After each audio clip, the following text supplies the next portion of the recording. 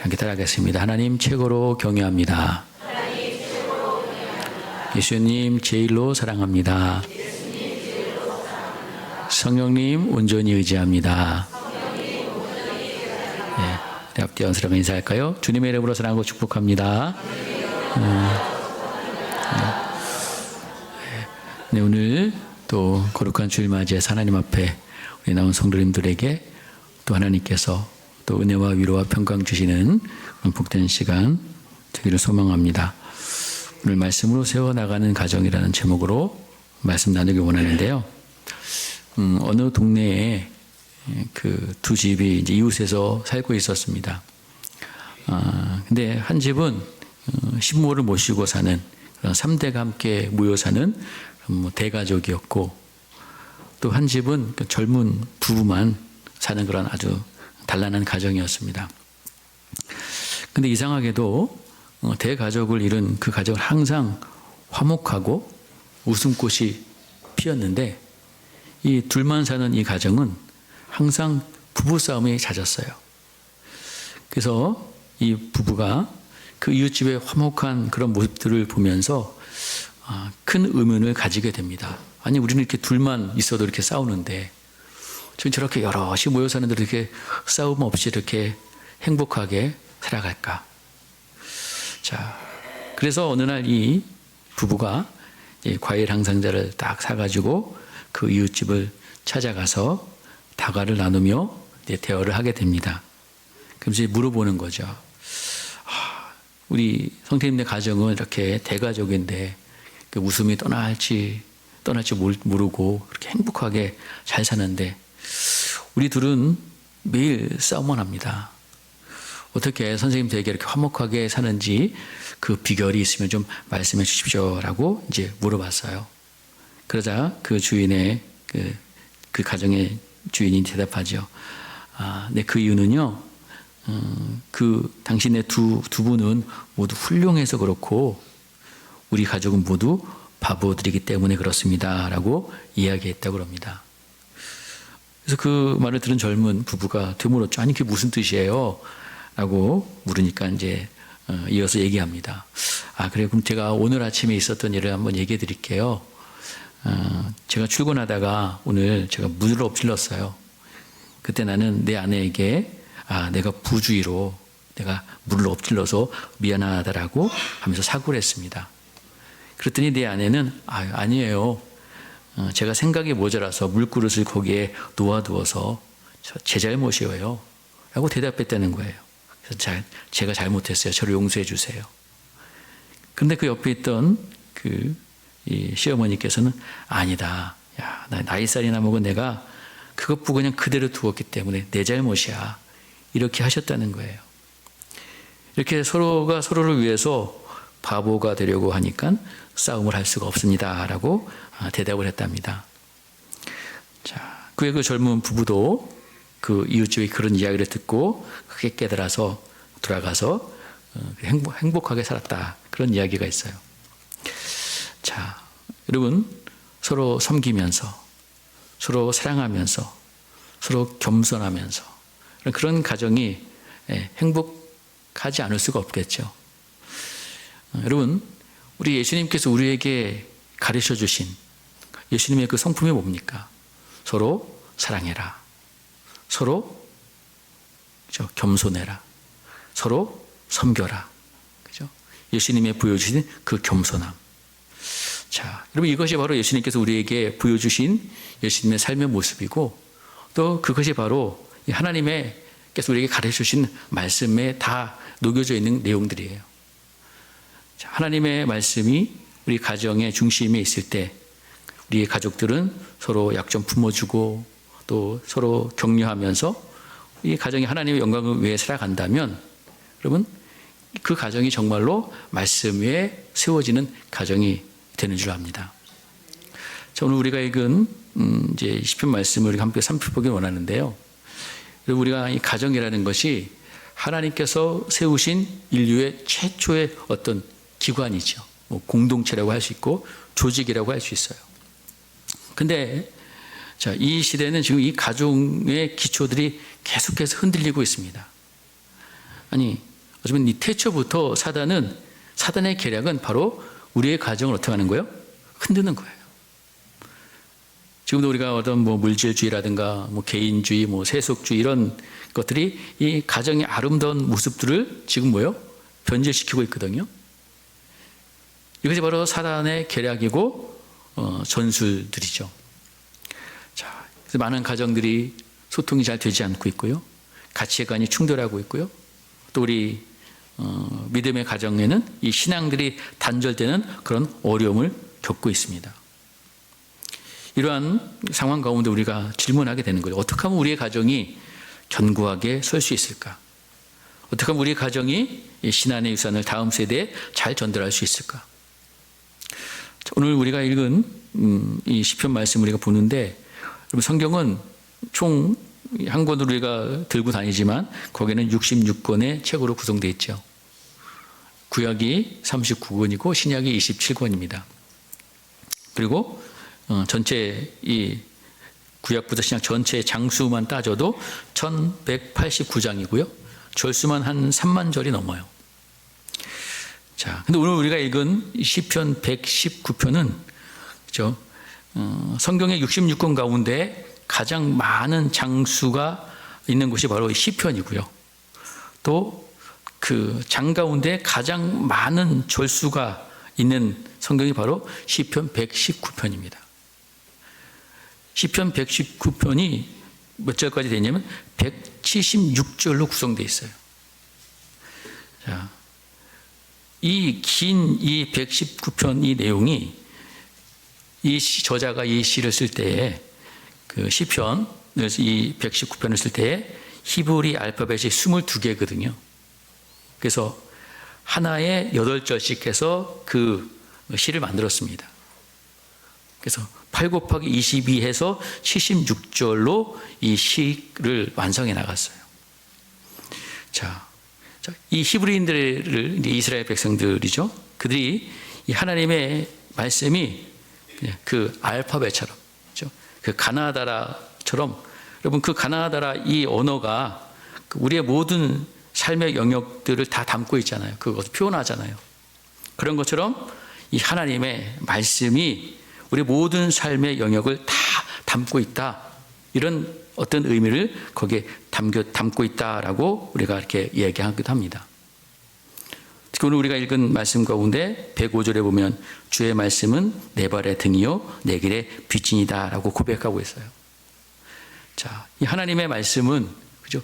어두운 세상을 비추는 그런 빛이 되고 또 우리의 걸음, 우리의 인생의 모든 걸음걸음을 인도하는 그런 등불이죠. 특히 우리가 지금 위기 속에 있는 이 가정을 우리가 건강하게 아름답게 세워나가야 되는 그런 사명이 우리에게 있는데, 우리가 이 가정을 아름답게 세우는 그런 이 여정 속에서 우리는 하나님의 말씀을 통해서 그 말씀이 우리의 가정의 방향을 제시하고 있고 그 길을 밝히고 있다.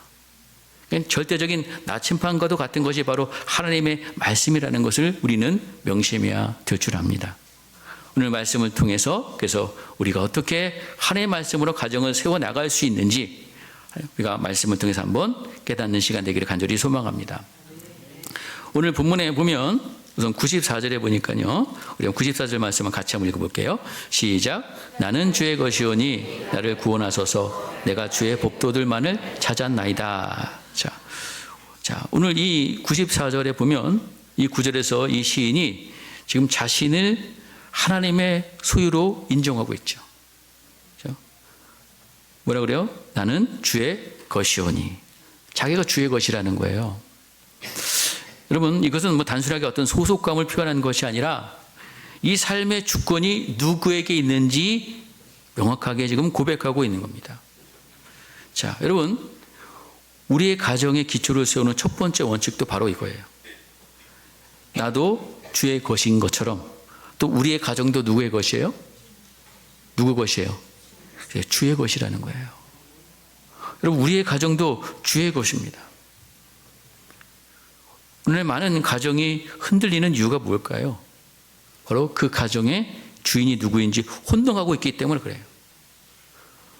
우리는 종종 가정의 소유권을 자신에게 두려워합니다. 자식이 중심으로 그 가정이 움직여지길 원해요. 내 뜻대로, 내 방식대로 내 가정을 이끌어가고 싶어합니다. 자녀들도 내 방식대로, 또 아내와 남편도 자신의 방식대로 자신의 권한 아래 두으려고 주인 행사하며 주도권 행사하려 하고 있죠. 또 어떤 가정들은 그저 자녀 중심이 되어서 자녀들에게 쫄점이어서 자녀 중심으로 돌아가는 그런 가정들도 있습니다. 오늘 시인은 우리에게 분명히 말합니다. 나는 주의 것이오니. 사랑하는 성도 여러분, 우리에게도 이런 분명한 고백이 있어야 될 줄도 믿습니다. 여러분, 배우자도 나의 것이 아니라 주의 것이에요. 그렇죠? 자녀도 바로 내 것이 아니라 바로 주의 것입니다. 우리가 가정의 소유권을 하나님께 맡겨드릴 때 여러분, 그 가정에 놀라운 변화가 일어나는 줄 믿습니다. 그렇죠? 가정이 하나님께 것이 되면 우리는 어떤 의식을 갖게 될까요? 어떤 책임감을 갖게 되고요. 또 청지기 의식을 갖게 됩니다. 이 가정이라는 것이 하나님께서 맡기신 어떤 거룩한 사명의 장이라는 것을 우리는 깨닫고 그 뜻을 이루어 나가려고 힘을 쓰겠죠. 또한 우리의 삶의 어떤 목적과 방향에 대한 확신을 갖게 됩니다. 오늘 이 시인이 나는 주의 것이오니라고 고백하면서 나를 구원하소서 얘기하면서 내가 주의 법도들만을 찾았나이다 라고 이야기하고 있어요. 자, 지금 이 시인은 주의 법도들만을 찾았나이다, 이 말씀이 뭐냐면 하나님 말씀 안에서 우리의 가정이 나아갈 길을 발견하게 된다는 거예요.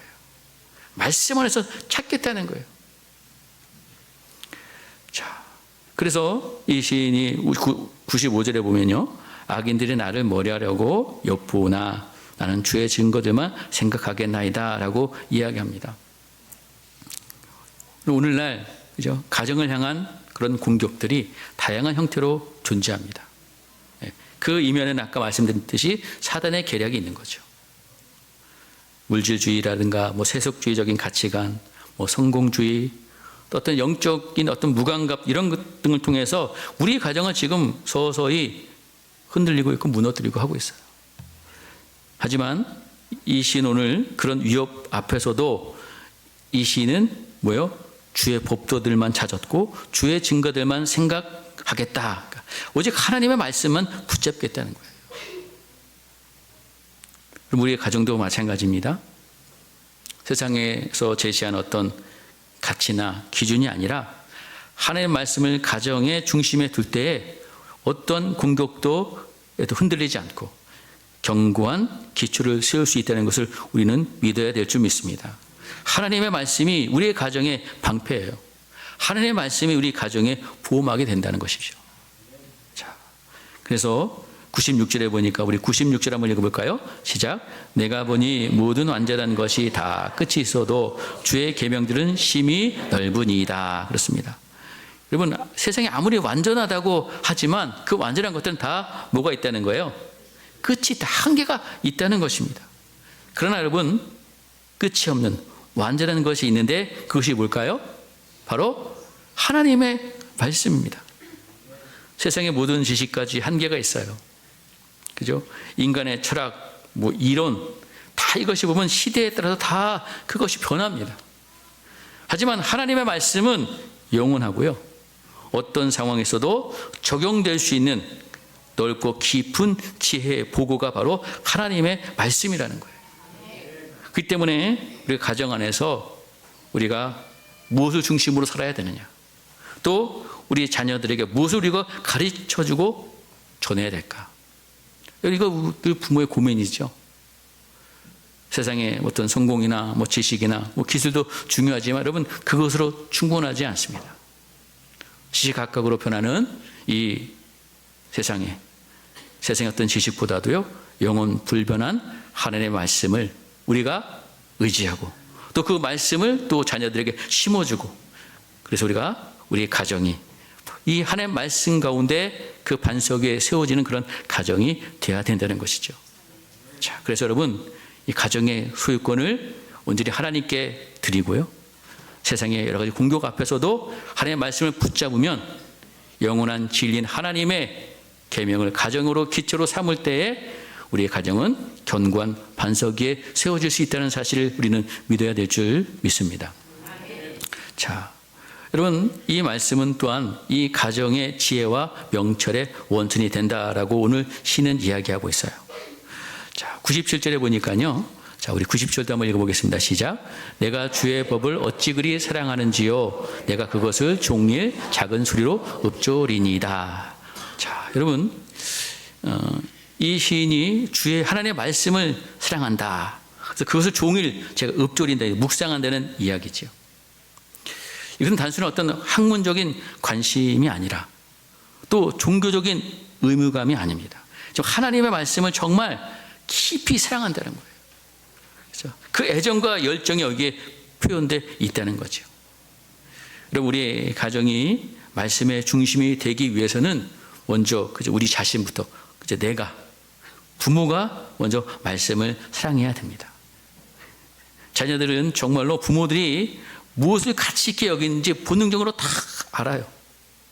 그렇죠? 가끔 이게 자녀들하고 이렇게 얘기하다 보면 깜짝깜짝 놀랄 때가 있어요. 제가 어떻게 저걸 알았지? 어떻게 저걸 눈치를 챘지? 예, 뭔가 감추어진 것을 들킬 때가 종종 있습니다. 예. 부모가 우리가 자녀들 다 신앙생활을 하는 모습들 자녀 다 지켜보고 있어요. 말씀을 형식적으로 대하는지 아니면 진정으로 말씀을 사랑하고 즐기는지 자녀들 다 알고 있다는 것입니다. 자, 그래서 우리는 하나님의 말씀 정말 사랑하고 그것을 즐거워하는 우리 성도들이 되어야 된다는 것이죠. 자, 그래서 98절에 보니까 우리 98절 읽어볼게요. 시작. 주의 계명들이 항상 나와 함께하므로 그것들이 나를 원수보다 지혜롭게 하나이다. 그렇습니다. 자, 이 하나님의 말씀은 우리를 지혜롭게 하는 실질적인 삶의 지침이고 안내서가 되는 거죠. 여러분, 가정 안에 또 우리의 삶 속에서 많은 도전과 어려움들 또 여러 가지 결정의 순간들이 계속해서 우리가 직면하게 됩니다. 자녀 교육도 그렇고 재정 문제도 그렇고 그리고 살다 보면 여러 가지 갈등이 생기고 관계가 문제가 생기는데요. 여러분, 세상의 지혜는 한계가 있어요. 하지만 하나님의 말씀은 우리 가정에 정말 필요한 지혜를 제공해 준다는 것입니다. 말씀에 기초한 가정, 그래서 현명한 결정을 내리게 되고 또 올바른 우선순위를 세워서 건강한 관계를 형성해 나갈 수 있다는 거예요. 그래서 오늘 이 시인이 하나님의 말씀에 대해서 또한 어떻게 또 고백하고 있냐면 우리 99절, 100절 한번 또 읽어볼게요. 시작. 내가 주의 증거들을 늘 읊조림으로 나의 명철함이 나의 모든 스승보다 나으며 주의 법도들을 지킴으로 나의 명철함이 노인보다 나으니이다. 그렇습니다. 이 시인이 지금 자신이 스승보다 자기가 낫다 그래요. 또 노인보다 자기가 낫다. 참 이거 보면 어떻게 보면 참 이게 건방지고 오만한 표현 아닌가라고 이야기할 수 생각할 수 있는데 여기서 이 시인이 이야기하는 것은 뭐냐면 그렇죠? 당시에 요즘 마찬가지지만 이 스승이나 노인을 보통 우리가 지혜로운 사람으로 우리가 평가하고 판단했어요. 그렇게 여겼습니다. 근데 지금 시인은 그 시대의 지혜로운 사람들보다도 자신이 더 뛰어난 명철을 지어냈다고 이야기하는 그 이유는 이 시인에게는 뭐가 있기 때문에 그래요? 하나님의 말씀이 있기 때문에 그런 거예요. 다시 말하면 그 스승들의 지혜, 그 노인들의 지혜보다도 뭐가 더 뛰어난 지혜라는 거예요? 하나님의 말씀이 더 뛰어난 지혜라는 것입니다. 하나님의 말씀이 우리에게 세대를 추월하는 어떤 통찰력 그리고 명철함을 제공하는 여러분 그 지혜가 거기에 담겨져 있다는 거예요. 오늘 우리가 세상 살면서 여러 가지 어떤 일들을 결정하고 할 때 세상에 어떤 많은 지식들, 정보들을 가지고 우리가 그런 것들을 이렇게 해 나가죠. 예를 들면 우리가 자녀 교육도 마찬가지입니다. 자녀 교육하기 위해서 우리가 수많은 책도 보고 또 인터넷도 찾아보고 그죠? 유튜브도 보고 여러 가지 정보들이 참 많아요. 근데 때로는 그 전문가들의 어떤 조언도 이렇게 상충될 때가 참 많습니다. 그러나 여러분, 하나님의 말씀은 절대로 변하지 않는다는 거예요. 그죠? 하나님은 명철함의 원천이라는 것을 우리는 기억하면서 말씀에 뿌리를 내린 우리 성도들 또 부모 그것이 바로 이 세대 간의 격차, 또 문화 간의 어떤 변화에도 불구하고 자녀들을 지혜롭게 인도할 수 있는 그 근거가 바로 하나님의 말씀이라는 것입니다. 그죠? 그래서 그 말씀으로 우리가 살아가고 또 우리가 자녀들 양육할 때에 여러분 그 말씀은 우리의 모든 것들을 변화시키죠. 자, 101절, 102절도 한번 읽어볼게요. 시작. 내가 주의 말씀을 지키려고 발을 금하여 모든 악한 길로 가지 아니하였사오며 주께서 나를 가르치셨으므로 내가 주의 규례들에서 떠나지 아니하였나이다. 그렇습니다. 말씀은 단순한 지식을 주는 것이 아니라 우리의 행동을 변화시킵니다. 그렇죠? 행동이 변화되면 여러분 우리의 삶이 변화되는 거예요.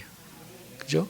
가정에서의 우리가 말씀 교육은 어떤 단순한 지식을 축적하는 것이 아니라 말씀을 따라 살아가는 삶의 변화를 일으키는 것이죠. 그렇기 때문에 우리는 부모로서 자녀들에게 말씀을 가르칠 뿐만 아니라 말씀대로 살아가는 그런 모습들을 우리가 잘 보여줘야 된다는 것입니다. 그죠? 말씀이 우리의 선택과 행동에 실제적으로 영향을 미치는 것을 자녀들이 보게 될 때에 그들도 그 말씀을 삶의 나침반으로 받아들이게 되는 것이에요. 여러분, 물론 우리가 종교적인 열심히 믿어야 되죠. 열심히 신앙생활을 해야 됩니다. 기도도 열심히 해야 되고요. 성경도 열심히 읽어야 되고요. 또 기도면 새벽 예배 모든 예배에 열심히 참여해야 되겠습니다. 여러분, 근데 그러한 열심만으로는 자녀들이 변화되지 않아요.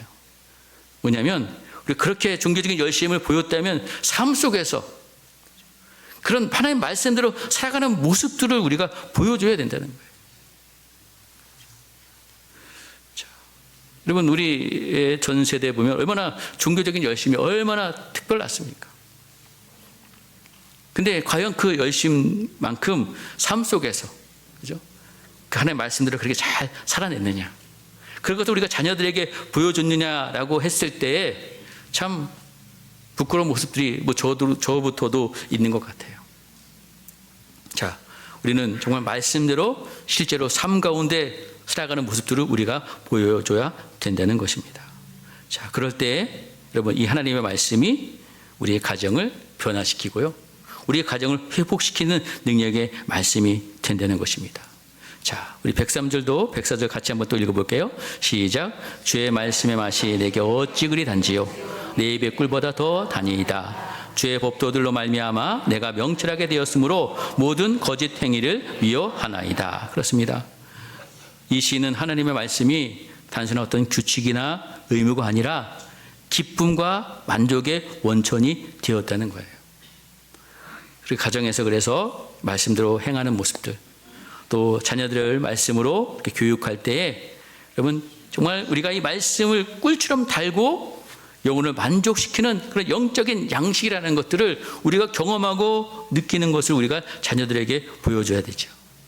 말씀 안에서 기쁨을 발견하고 그 기쁨을 우리가 자녀들과 함께 나눌 때에 이런 말씀은 그 가정의 즐거움이 되고 행복의 중심이 될 수 있다는 것입니다.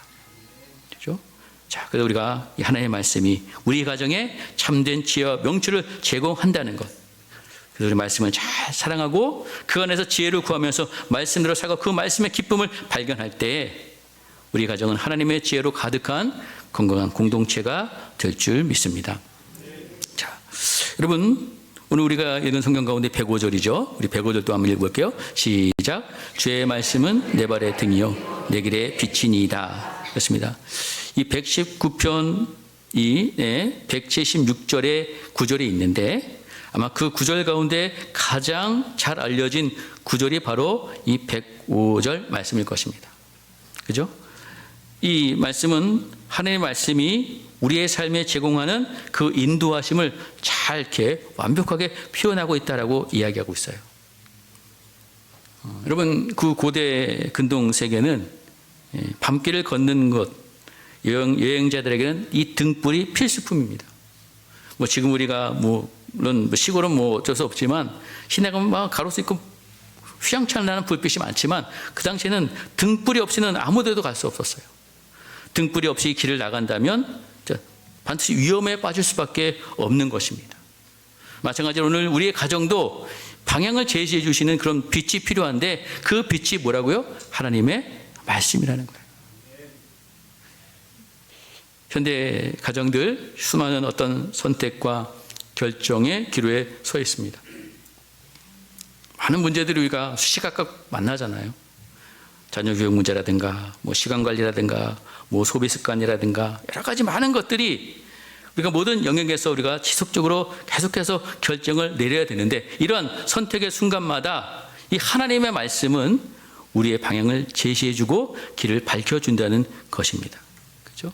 그래서 오늘 이 시인은 106절에 보면 주의 의로운 규례들을 지키기로 맹세하고 굳게 정하였나이다 라고 이야기하고 있어요. 그렇죠? 하나님의 말씀에 대한 굳건한 헌신을 나타내고 있는 것입니다. 가정의 신앙을 견고히 서기 위해서는 이런 결단이 필요하다는 것이에요.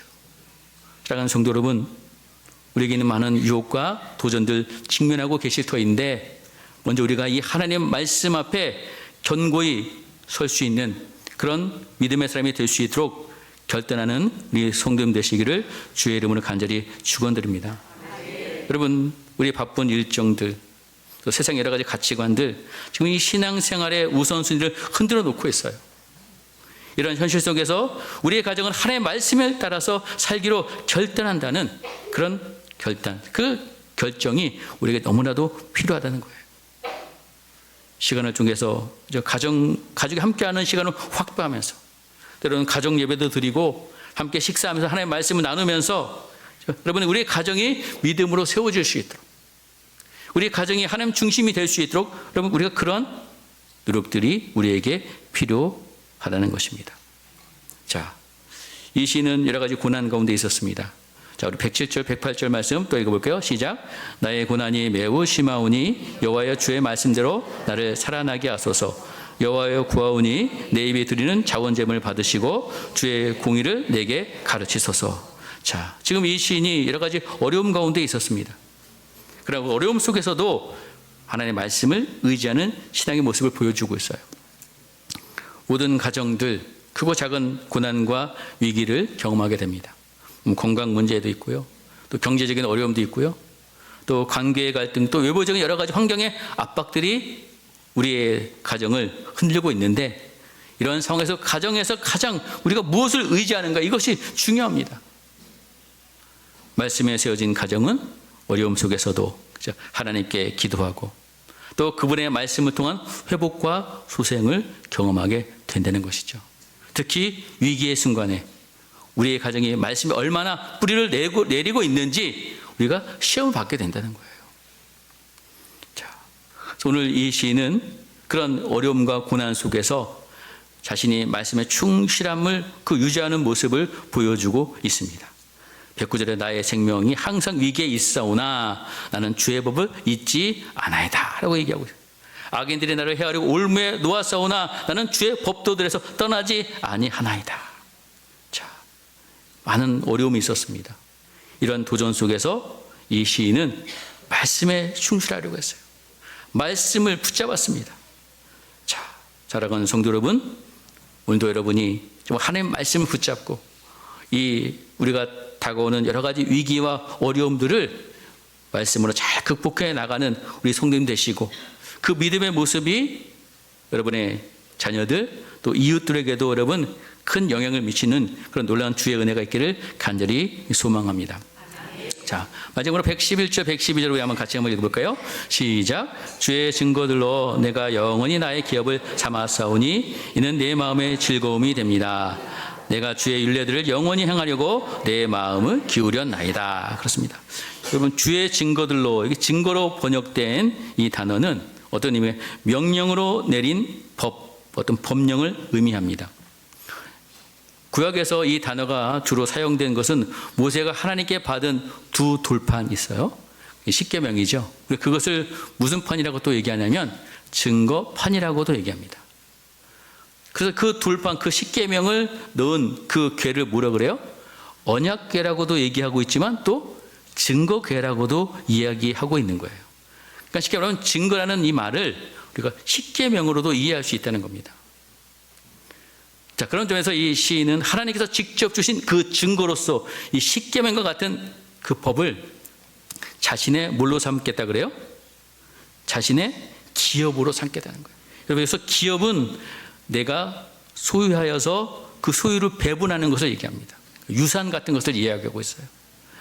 구약에서는 주로 땅을 나눠주는 것과 연결되어 있는데 이 시인은 어떤 그런 물질적인 것이 아니라 무엇으로 하나님의 명령을 자신의 소유로 여기고 그 소유를 또 물려주겠다는 이런 각오가 여기에 담겨져 있는 거예요.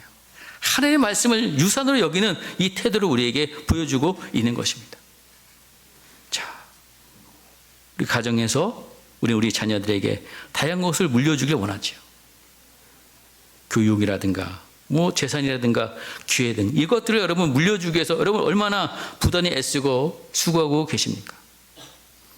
하지만 여러분 중요한 것은 어떤 거라고요?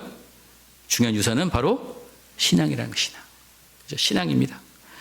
하나님의 말씀을 자녀들에게 심어주는 것보다 더 가치 있는 선물은 없다는 것. 오늘 시인은 그래서 그 말씀을 즐거움으로 여긴다라고 이야기하고 있습니다. 특히 오늘 우리가 읽은 112절 말씀 다시 한번 읽을게요. 시작. 내가 주의 율례들을 영원히 행하려고 내 마음을 기울였나이다. 그렇습니다. 내 마음을 기울였다. 그러니까 결심했다는 이야기인데요. 이거는 전인격적인 헌신을 의미하고 있습니다. 자, 이 시인은 감정에 따라 살지 않았습니다. 환경에 따라 반응하지 않았습니다. 오직 뭐 따라 살았어요? 말씀을 따라 살았습니다. 그렇다면 자기가 그렇게 흔들리지 않았다는 거예요. 혹시 때론 잠시 흔들렸을 때도 있었겠죠. 그러나 그 말씀이 기준이 되어서 금방 회복했을 것입니다. 말씀은 등대와 같아서 폭풍 속에서 방향에 이른 배가 그 등대의 불빛을 하나를 보고서 안전한 항구로 나아가는 것처럼 말씀은 모든 상황 속에서 우리 성도들 또 여러분의 가정을 안전한 곳으로 우리를 인도해 주실 줄 믿습니다. 그래서 우리가 말씀을 읽고 묵상하고 그것을 마음에 새기고 그 말씀대로 살아가는 그 모습, 그죠? 그런 말씀의 사람은 어떤 상황 속에서도 결코 빛을 잃어버리지 않는다는 것이죠. 사랑하는 성도 여러분, 그래서 이 말씀이 우리의 가정이 가는 그 길을 밝히는 빛이 됩니다. 그래서 우리의 말씀은 우리의 헌신의 대상이고 어려움 속에서 위로가 되는 것이고 우리의 영원한 기업이 바로 이 말씀이라는 것.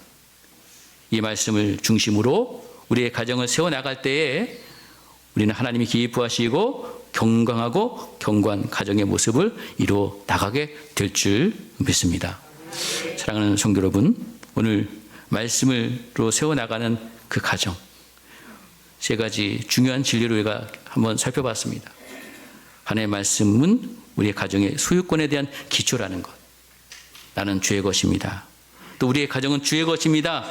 그 하나님의 소유권임을 인정하고 나아갈 때 우리 가정이 말씀 안에서 기초가 견고한 그런 토대를 갖게 된다는 것을 우리는 기억해야 될 줄 믿습니다. 또한 하나님의 말씀은 우리 가정의 지혜와 명철의 원천이 된다는 것. 말씀을 사랑하고 묵상할 때 우리 가정생활의 모든 영역에서 하나님의 지혜를 경험하게 될 줄 믿습니다. 그리고 하나님의 말씀은 우리 가정의 빛이 되고 그 말씀이 우리의 가정을 인도하여 주십니다. 주의 말씀은 내 발의 등이요 내 길의 빛이니라 라고 하는 이 고백처럼 말씀 우리 가정에 나갈 방향을 밝혀주는 빛이 되기 때문에 오늘 그 말씀을 붙잡고 의지하며 나가는 우리 성도들이 되시기를 주의 이름으로 간절히 축복드립니다. 근데 많은 위기들, 많은 도전들이 있어요. 그러나 이 신앙적인 이 말씀 가운데 바로 서 있다면 하나님의 그 말씀의 능력으로 우리는 반드시 승리하고 주님께서 우리를 바른 길로 인도하여 주실 줄 믿습니다. 오늘도 이 말씀을 중심으로 해서 우리 가정이 다시 한번 말씀으로 굳건히 세워지는 그런 길로 나가는 우리 모든 성림 되시기를 주의 이름으로 간절히 축복드리겠습니다.